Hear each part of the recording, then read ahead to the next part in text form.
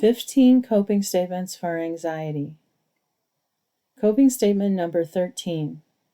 Tolerating anxiety decreases it.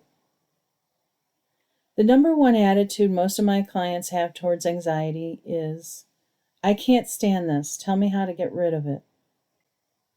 Then they think I'm crazy when I tell them I can't do that. But I can teach you how to tolerate it.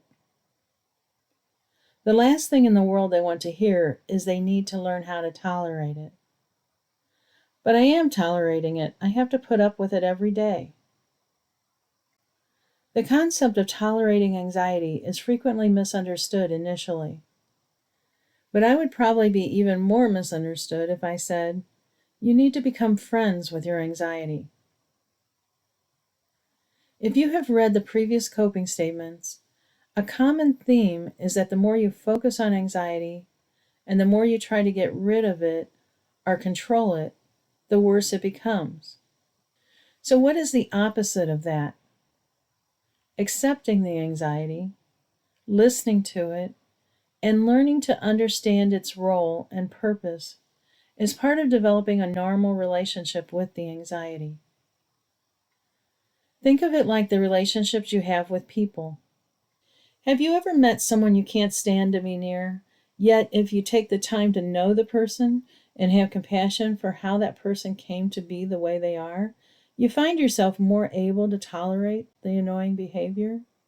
Maybe even able to accept the quirks and like the person for other characteristics? Anxiety is like that.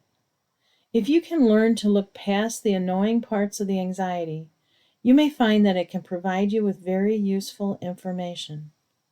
Sometimes it may not be information you want to hear, but its purpose is to help you. For instance, one of my first clients was a woman with panic attacks who said in the first visit, I'm a stay-at-home mom and that is not up for discussion. Surprised at the passion of her statement, I accepted it and just asked what she wanted from therapy, how she wanted her life to be different. It took her several months of me continuing to ask that question, but one day she brought in a list with the top item being go to law school. After that, she was no longer having panic attacks because she had finally listened to what she wanted, rather than suppressing it because of what she thought she should do. What the anxiety is trying to say isn't the same for everyone, but there's often an underlying message. Sometimes a person might be at odds with herself. Sometimes it may be an interpersonal conflict. Sometimes it may be a fear of the possible future or of death, or a host of other possibilities. I do realize there are some people whose regulatory system is so off that they may have symptoms for no apparent reason, and the cognitive behavioral approach isn't enough. However, even in those cases, learning to tolerate anxiety can be useful. But for many other people with anxiety problems, learning to think differently about the anxiety can aid tremendously.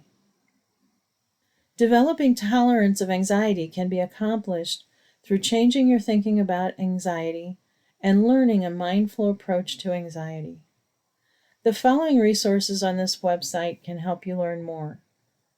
The audio Learning to Tolerate Anxiety and the audio series Understanding Mindfulness. Coping statement number 13. Tolerating anxiety decreases it.